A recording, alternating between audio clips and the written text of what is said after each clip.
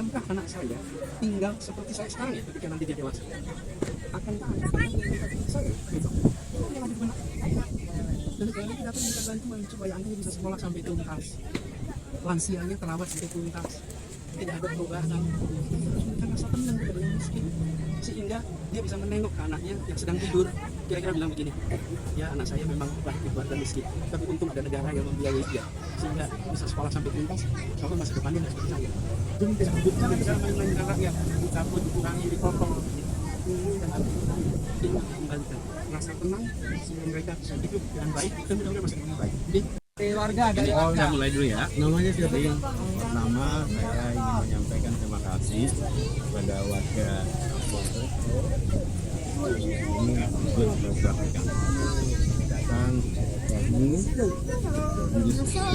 masalah perasaan tadi ada beberapa hal yang Tanyakan aku Pak Anies. kan silakan. Terima kasih kami sebagai wilayah Kampung Pak RT Joko mengucapkan terima kasih besar-besarnya kepada Bapak Anies Baswedan dan tim yang baru semalam kami dapat info akan pengiriman mendadak, dan alhamdulillah hari ini kami warga sangat bangga dengan kedatangan Pak Anies, dan kita sudah menyampaikan keluh kesah permasalahan di kampung Elektron ini. Ya, dan saya kasih. Assalamualaikum warahmatullahi wabarakatuh. Kenapa kamu ke elektro, Pak? Jadi kami ingin silaturahmi.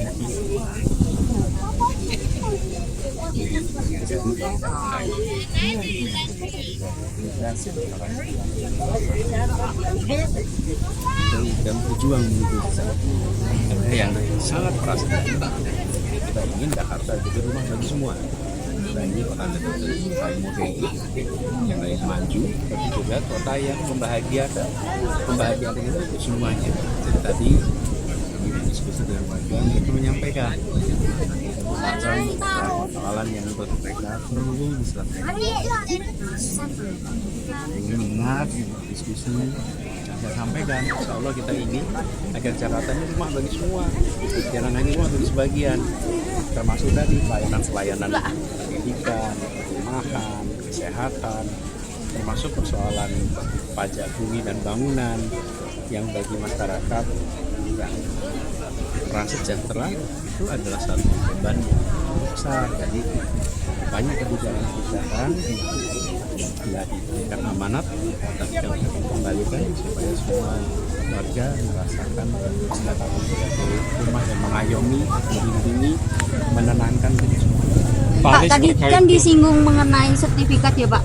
Sebenarnya status warga di sini itu tempat tinggalnya gimana sih? Apakah sudah bersertifikat atau seperti apa? Nah, harus dicek lagi. Jadi kami dulu punya program itu ILD kolektif karena tahun ini ada pada BPN. Tapi kita tahu bahwa warga tinggal di tempat-tempat ini sudah puluhan tahun. Dengan diberikan ILD kolektif, maka persoalan tanahnya dia diselesaikan lewat mekanisme pengadilan. Tapi mereka bisa tinggal dengan ILD kolektif satu RT, satu RT. Dengan adanya ILD itu mereka bisa mendapatkan izin usaha.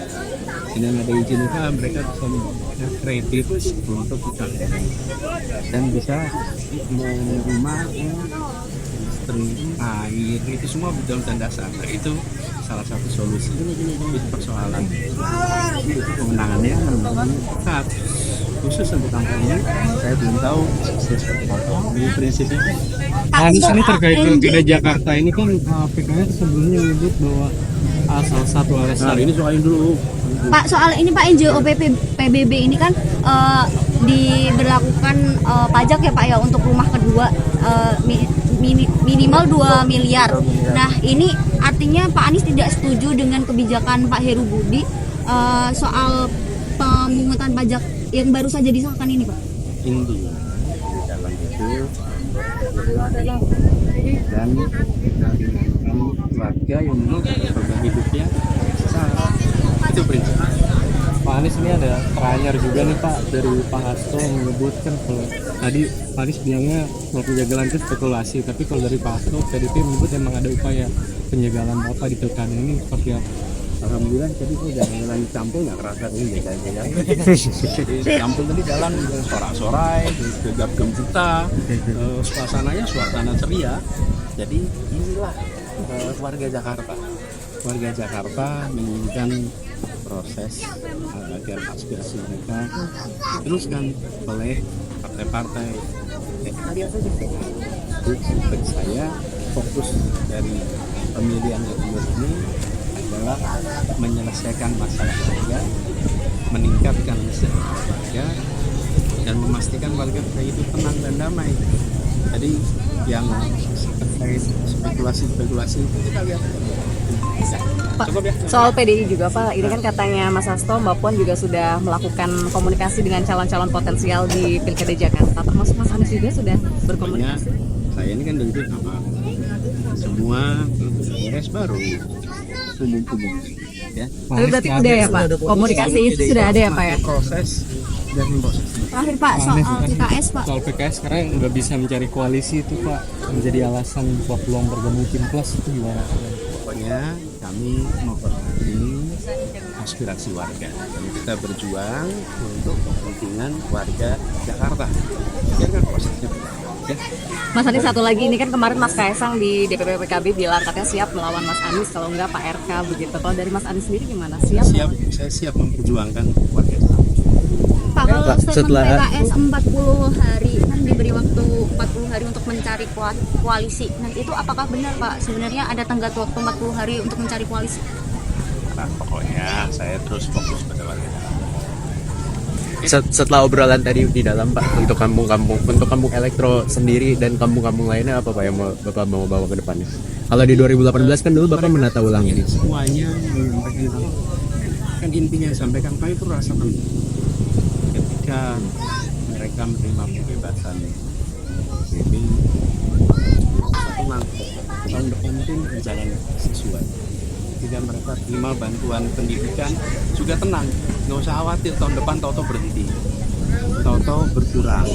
Lansia juga tenang karena mereka tetap jadi lansia tahun depan. Walaupun ada rasa tenang bahwa bantuannya juga sama juga teman-teman kalau bekerja gajinya naik turun, potong bulan depan, diputar tahun depan, gimana rasa kerjanya? Ya, tegak, tidak nyaman.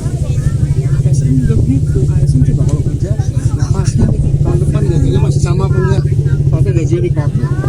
Tapi rasa yang dibawa oleh warga itu kan bayangkan rumahnya panas sekali, kalau malam itu panas, anak sedang tidur, orang tuanya miskin, ayahnya miskin.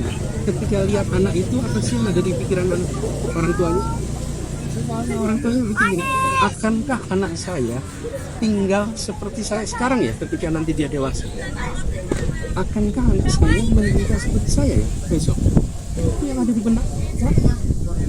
Dan negara itu datang memberikan bantuan supaya anaknya bisa sekolah sampai tuntas, lansianya terawat sampai tuntas, tidak ada perubahan.